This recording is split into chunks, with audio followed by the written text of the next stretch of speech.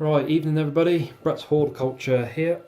Wednesday the 29th November.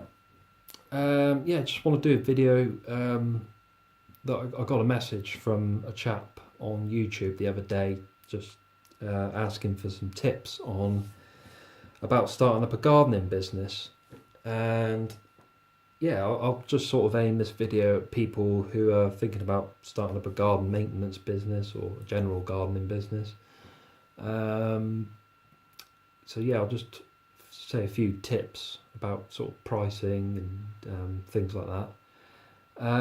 First of all, I just want to say West Country Garden Pro. Now he's got some good videos about this sort of thing, starting up a business and how to price up jobs, fixed garden maintenance jobs, things like that. So check him out. Strongly recommend you check him out and subscribe to him. That's West Country Garden Pro. And secondly, this book in front, Start and Run a Gardening Business, excellent book by Paul Power. I've had it for well, just before I started out actually, which was back in 2013. So I've had this book for a few years, and an excellent book. You know, it's got everything in there you need to know about starting and running a gardening business. And you know, it only cost, I can't remember the price of it, but it was only like 15 odd quid, something like that, 20 quid maybe. Brilliant book. You know, I strongly recommend you get this one for people who are just starting out a gardening business. I mean, I'm still flicking through it now, and you know, there's bits in there that I still look at. But yeah, for all you beginners, yeah, get this book. It's definitely worth it. So maybe add it onto your Christmas list. Yeah, just want to talk about pricing, things like that. Now, when you're starting out, you want to know how much you want to charge, whether it be a fixed price or an hourly rate. That's up to you. Now, what I find, you know, if you're doing regular garden maintenance, sort of private regular garden maintenance, you know, you probably want to do an hourly rate where it's more general. You know, you're doing everything.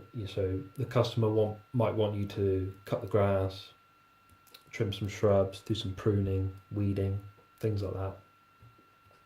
And you know, you probably want to charge an hourly rate for that. Now, what you got to include is, charge separate from this, is removing waste,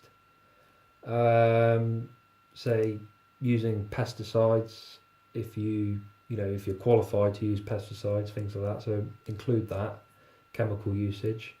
You may want to include petrol usage, you know, things like that, because you know it's costing you.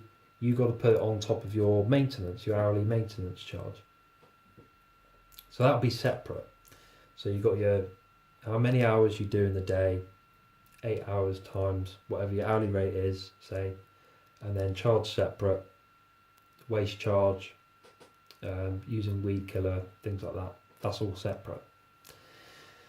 Now, you might want to quote per job for sort of irregular annual work or even regular maintenance contracts, mainly for sort of commercial customers. If you've got commercial customers, or if you're looking to grab a few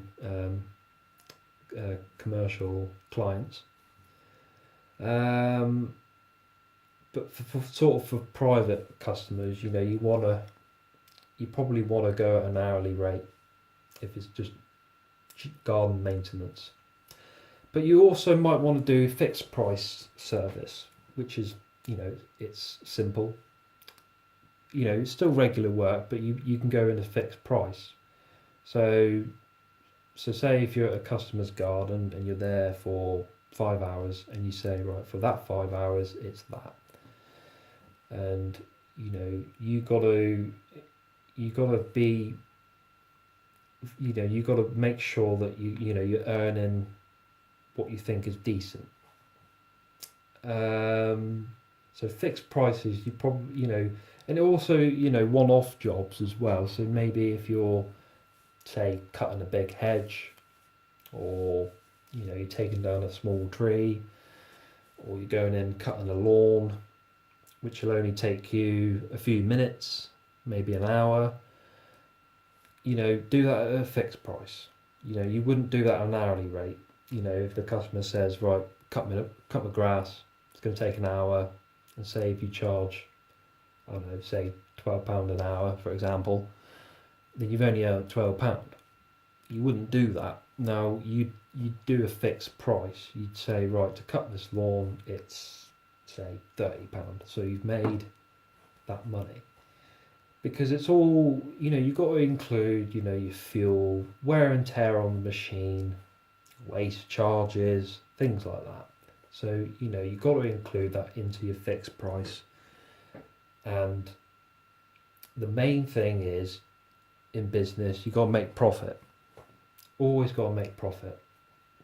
There will be days where you make a loss, but, you want more profit more than anything else.